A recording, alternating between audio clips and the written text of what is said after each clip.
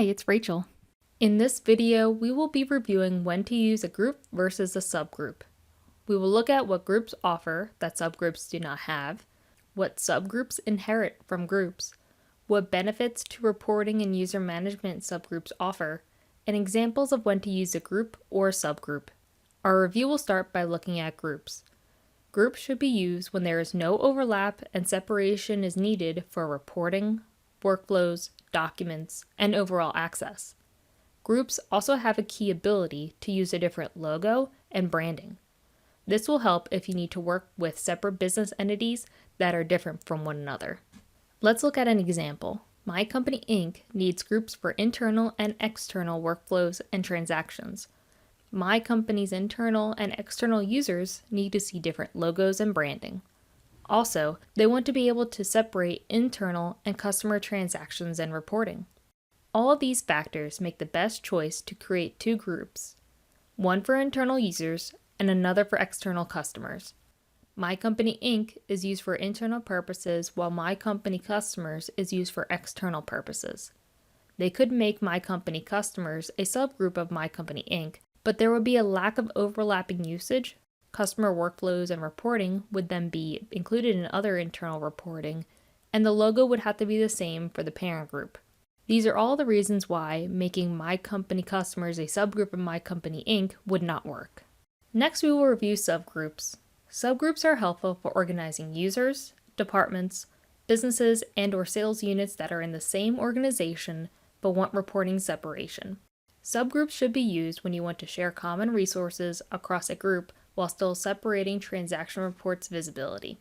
Items that can be shared from groups to subgroups include document templates, content sets, email templates, brands, workflows, and web forms.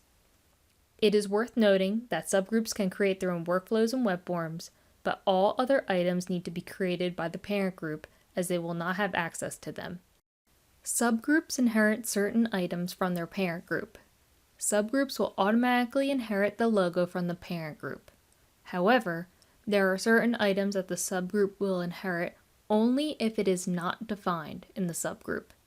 These items include owner email address, session expiration, user password change, lockout system-wide administrators, privacy policy, and user experience. Reporting, as mentioned before, can be helpful with subgroups as you can separate the transactions from each group.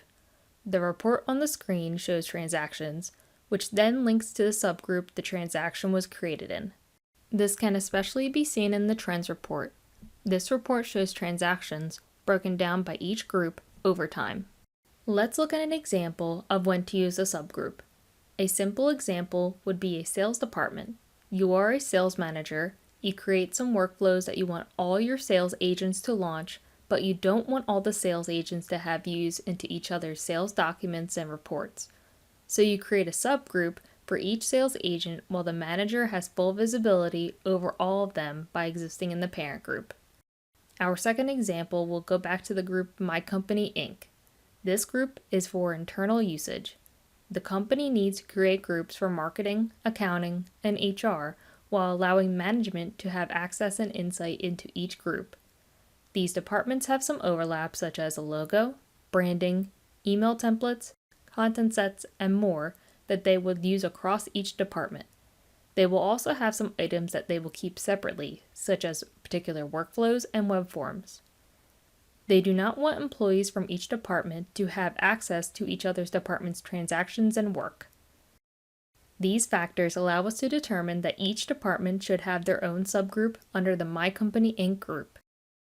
Subgroups allow for users to be grouped, and access can be separated for each group to not see or have access to each other's transactions, workflows, and web forms. Users in the parent group, My Company Inc., would be able to see reporting from each group. As we mentioned before, subgroups allow reporting to be broken down by each group. Users in the parent groups would also be able to update any branding, workflows, web forms, and more for the subgroups without having to update each group individually. For example, if they have some internal changes to branding or logos, the parent group can easily update that for all of the subgroups. That's our review on groups versus subgroups. Thank you for watching.